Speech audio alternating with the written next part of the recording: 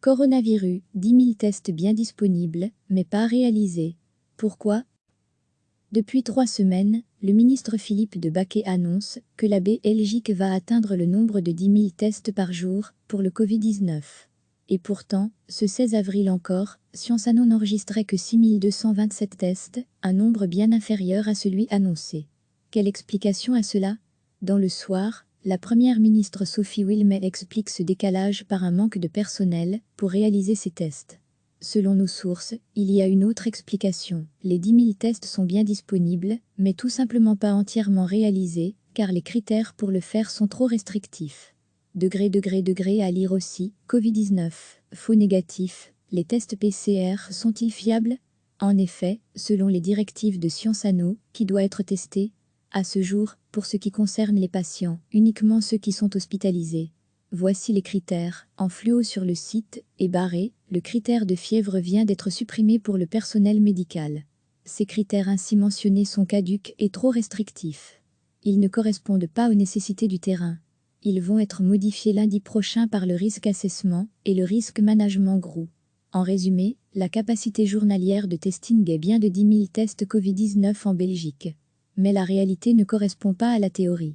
Résultat, des laborantins qui piaffent d'impatience derrière leur machine, et un risque d'accumulation et de retard. Car ce chiffre de 10 000 n'est pas une moyenne, on ne peut pas faire 5 000 tests un jour et 15 000 le lendemain. Autre facteur d'explication, le flottement dans la définition des listes de personnes à tester. Les 3 régions et le fédéral n'étaient pas d'accord entre eux sur les catégories de personnes que l'on teste dans les maisons de repos. Toute la maison de repos, les personnes symptomatiques uniquement, ou le personnel soignant en priorité. À lire aussi, coronavirus en Belgique, les tests sérologiques du Covid-19, c'est pour quand? Au bout du compte, les régions pouvaient faire comme elles le souhaitaient, avec tout de même un groupe cible commun, l'ensemble du personnel soignant et tous les habitants des maisons de repos qui n'ont pas encore été testés au Covid-19.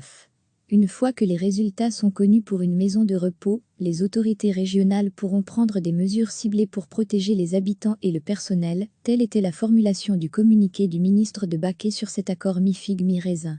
Entre-temps, 19 500 tests ont été répartis dans les maisons de repos en Belgique, via les régions. Reste à trouver le personnel médical pour effectuer les prélèvements, et ce n'est pas évident. Médecins sans frontières a accordé son soutien pour envoyer des équipes fournir un appui technique en maison de repos en Wallonie et à Bruxelles. La région bruxelloise a également décidé de constituer des équipes mobiles d'infirmiers et d'aides-soignants pour faire les prélèvements dans les maisons de repos et de soins. Il faut suivre, maintenant que les tests sont là. Malgré des critères trop restrictifs, la réalité de terrain s'est adaptée et les tests dépassent déjà de loin les limitations de Sciences Anno. Ainsi, le 15 avril dernier, sur 5 700 tests effectués sur du personnel en maison de repos, 5 150 ont été effectués sur des personnes asymptomatiques. De même, parmi les résidents, sur 5 200 testés, 4 500 étaient également sans symptômes. Reste à adapter tout ça formellement et à élargir également la liste des patients pouvant être testés hors maison de repos. 10 000 tests par jour, la capacité est bien là, il faut élargir les critères et faire tourner les rouages plus vite et mieux. Recevez chaque matin l'essentiel de l'actualité. Depuis 3 semaines, le ministre Philippe de Baquet annonce que la Belgique va atteindre le nombre de 10 000 tests par jour pour le Covid-19. Et pourtant, ce 16 avril encore, Sciences Anno n'enregistrait que 6 227 tests, un nombre bien inférieur à celui annoncé. Quelle explication à cela? Dans le soir, la première ministre Sophie Wilmès explique ce décalage par un manque de personnel pour réaliser ces tests. Selon nos sources, il y a une autre explication. Les 10 000 tests sont bien disponibles, mais tout simplement pas entièrement réalisés, car les critères pour le faire sont trop restrictifs. À lire aussi, Covid-19, faux négatif, les tests PCR sont-ils fiables? En effet, selon les directives de Sciences Anno, qui doit être testé? À ce jour, pour ce qui concerne les patients, uniquement ceux qui sont hospitalisés. Voici les critères. En fluo sur le site, et barré, le critère de fièvre vient d'être supprimé pour le personnel médical. Ces critères ainsi mentionnés sont caducs et trop restrictifs. Ils ne correspondent pas aux nécessités du terrain. Ils vont être modifiés lundi prochain par le risque assessment et le risque management group. En résumé, la capacité journalière de testing est bien de 10 000 tests Covid-19 en Belgique. Mais la réalité ne correspond pas à la théorie. Résultat, des laborantins qui piaffent d'impatience derrière leur machine, et un risque d'accumulation et de retard.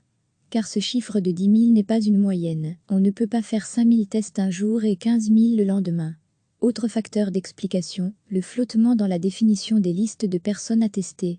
Les 3 régions et le fédéral n'étaient pas d'accord entre eux sur les catégories de personnes que l'on teste dans les maisons de repos. Toute la maison de repos, les personnes symptomatiques uniquement ou le personnel soignant en priorité.